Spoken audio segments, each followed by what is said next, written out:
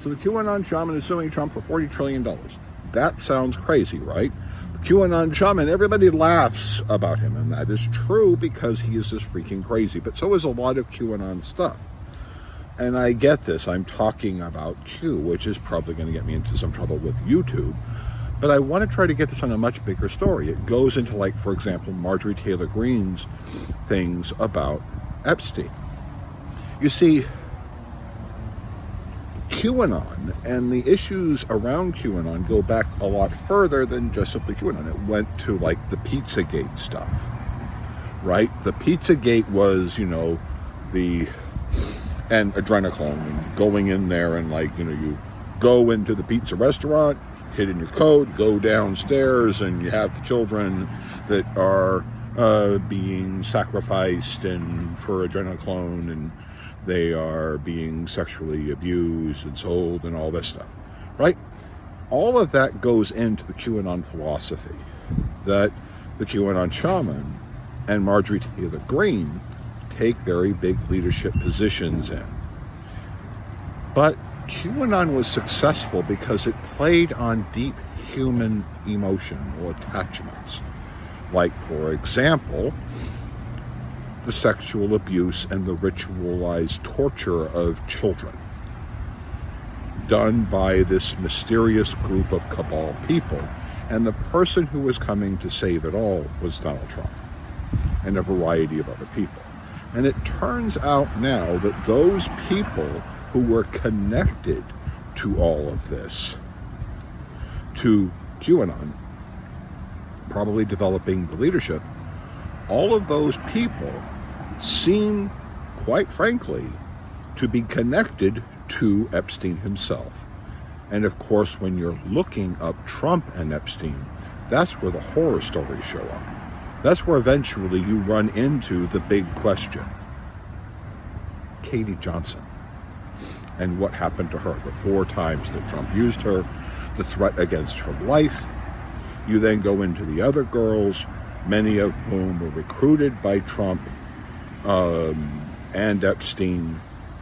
There is the whole reason why Trump would have, as he was having these decades-long relationships with sex traffickers, that Trump would be actively owning the Miss Teen USA pageant, which is just a perfect source of being able to turn over those resumes and videos and applications of every single girl applying for the Miss Teen USA pageant over to the teen sex trafficker, Epstein and his crew. And then, of course, there was the fact that Donald Trump owned a modeling agency that was abusing the HB1 visa program by lying and manipulating young models to come to the United States to become models and connected to Donald Trump and his direct relationship with Jeffrey Epstein and the sexual abuse there. These are very big problems because it creates betrayal and all the emotions that a person can develop with betrayal that, for example, would make an extraordinary loyalist, like, say, for example, the QAnon Shaman, try to sue for trillions of dollars.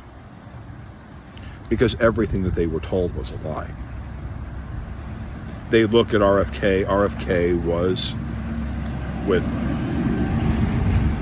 Jeffrey Epstein, which would make them think, oh, is he adrenocloning? Is he, sacrificing these children? Is Trump actually doing all of this stuff? Because you start seeing it.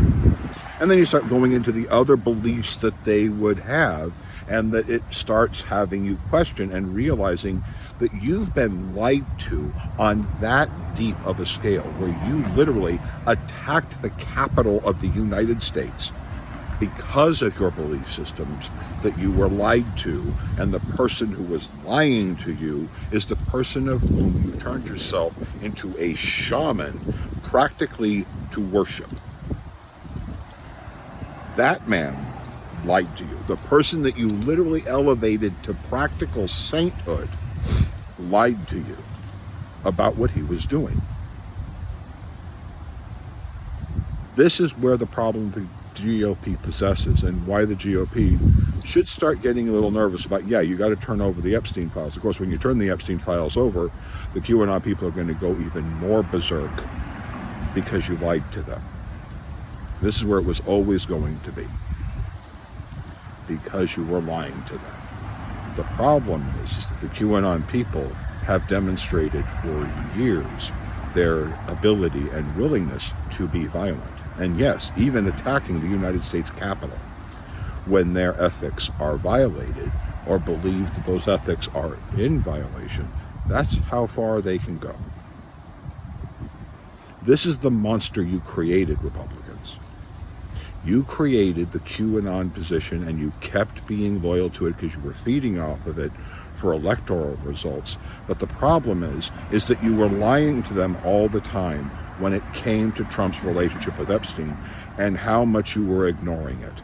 How many people who were connected with Trump, like his spiritual advisor, who has been indicted for having sex with underage girls. You literally have people like Tony Lazzaro and others that are convicted sex traffickers being connected to Donald Trump. These are just realities.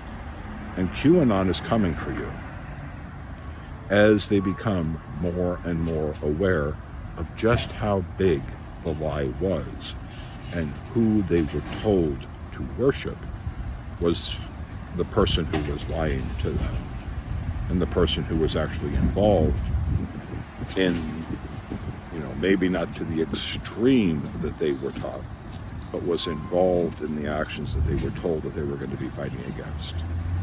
You've created this, and unfortunately, it's coming for you. I'm sorry. I'm just a Democrat. I've been trying to convince QAnon people and other people like that online, because Epstein was a huge issue. It was the number one issue with me with Donald Trump, why I stopped paying attention to him forever. I stopped because I saw the relationships to Epstein in 2016, and then I was done. Now, that's coming to you by the people who you kept allowing to be told to treat Epstein as though it is a partisan issue, when it is not a partisan issue. Everyone who tortured and played with children deserves to suffer and pay for their crimes, and I don't care who they are. And the problem is, QAnon is now beginning to get to that point, are returning to their own human elements, where they are supposed to say, if you sexually abuse children, you should suffer. Good luck. Like, share, subscribe.